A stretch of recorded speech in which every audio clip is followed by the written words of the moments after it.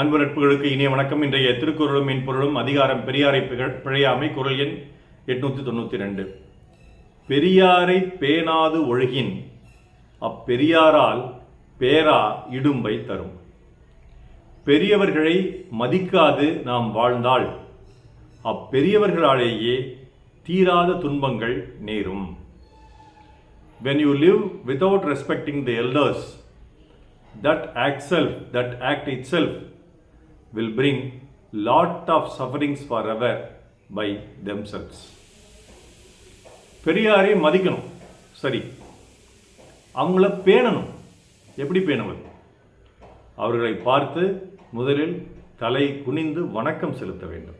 நம்மிற் பெரியார்கள், அறிவிற் பெரியார்கள், ஆற்றலில் பெரியார்கள், புகழிற் பெரியார்கள், இவர்களை பார்த்து தலை குனிந்து நாம் வணக்கம் செலுத்த வேண்டும். அப்படி தலை குனிந்து ஏன் வணக்கம் செலுத்த வேண்டும் என்றால், நம்மிடமுள்ள அவரை விட நாம் பெரியவர் என்ற அந்த ஒரு தன்முனைப்பு அகன்றுவிடும், அந்த ஒரு அகந்தை நீங்கிவிடும். அதுதான் முதல் காரணம்.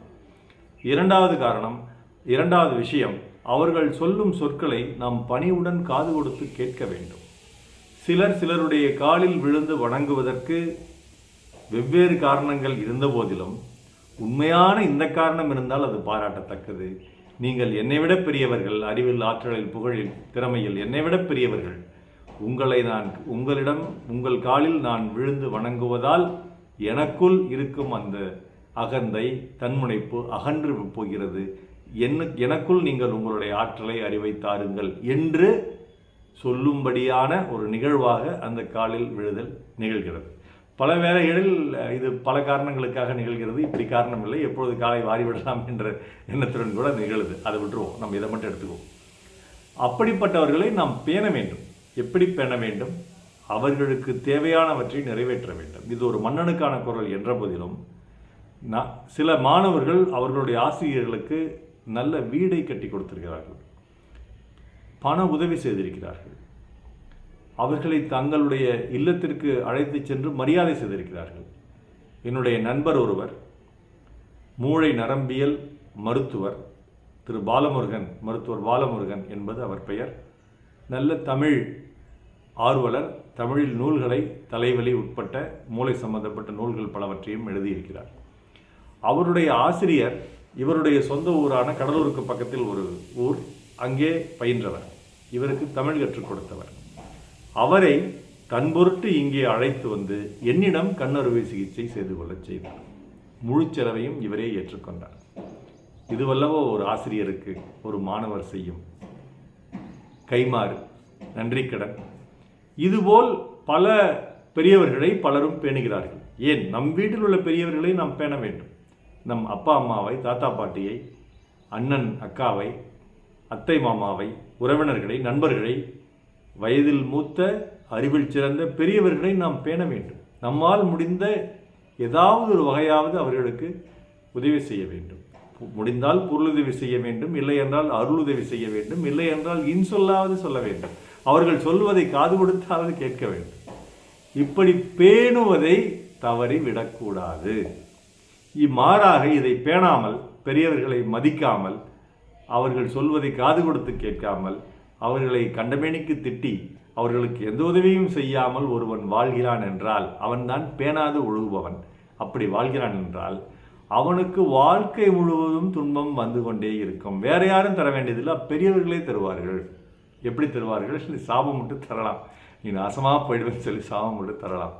அல்லது அவர்களுடைய உதவி இவர்களுக்கு கிடைக்காமல் போய்விடும். அந்த பெரியாரை பேணாமல் வாழ்கிறார்களவோ அவர்களுக்கு அந்த பெரியவர்களுடைய உதவி கிடைக்காமல் போய்விடும். அப்போ தக்க சமயத்தில் அவர்களுடைய உதவி நமக்கு கிடைக்காமல் போகும் பொழுது, அவர்களுடைய ஆலோசனை நமக்கு கிடைக்காமல் போகும் பொழுது நாம் பல சிக்கல்களில் மாட்டிக்கொள்வோம், பல துன்பங்களில் மாட்டிக்கொள்வோம்.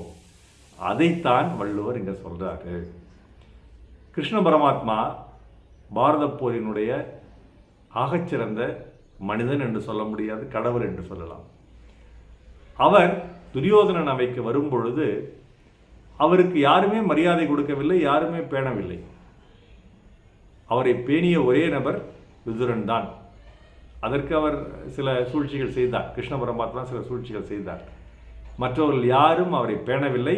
அவர் சொன்ன கருத்துக்களுக்கு செவிசாய்க்கவில்லை. அவர் கேட்ட கேள்விகளுக்கு, வேண்டுகோள்களுக்கு இவர்கள் ஈடு கொடுக்கவில்லை, அல்லது அந்த வேண்டுகோளை ஏற்றுக்கொண்டு ஒப்புக்கொண்டு இவர்கள் செயலாற்றவில்லை. அதன் காரணமாக நிகழ்ந்ததுதான் பாரத போர். அங்கே துரியோதனனும் மற்ற கௌரவர்களும் அழிவதற்கு மிக முக்கியமாக காரணமாக இருந்தவர் யார்? அர்ஜுனன் அல்ல, பீமன் அல்ல, தர்மன் அல்ல, கிருஷ்ண பரமாத்மா மட்டும்தான். அவர் போட்டு கொடுத்த அந்த திட்டத்தின் படிதான் முழு பாரத போருமே நிகழ்ந்தது. பல வேளைகளில் அவர் சூழ்ச்சியும் செய்ய வேண்டி இருந்தது. அப்படித்தான் அஸ்வத்தாமன் மரணமும். அப்படி சூழ்ச்சி செய்து கடைசியில் தர்மத்தை நிலைநாட்டி பெரியாரை பேணாத துரியோதனனுக்கு நீங்காத அழிவை கொடுத்தார் கிருஷ்ண பரமாத்மா. பாண்டவர்களுக்கு வெற்றி கொடுத்தார் என்பது ஒரு பக்கம், கௌரவர்களை அழித்தார் என்பது மறுபக்கம். பெரியாரை பேணவில்லை, அவர்கள் அழிந்தார்கள். இதை தாங்க வள்ளுவர் மிக மிக அழகாக இந்த குறளை சொன்னார். பெரியாரை பேணாது ஒழுகின் அப்பெரியாரால் பேரா இடும்பை தரும். நாள் சிறக்க நற்றமிழ் வாழ்த்துகள். மருத்துவர் ராம செல்வரங்கம், ரிஷினி திரளைய வியக்கிடமை, சேலம், கள்ளக்குறிச்சி, அரூர், ஈரோடு, கடைபாளையம், நாளூர். நன்றி. Doctor Selvakar YouTube channel share பண்ணுங்க, லைக் பண்ணுங்க, கமெண்ட் பண்ணுங்க, சப்ஸ்கிரைப் பண்ணுங்க. வணக்கம்.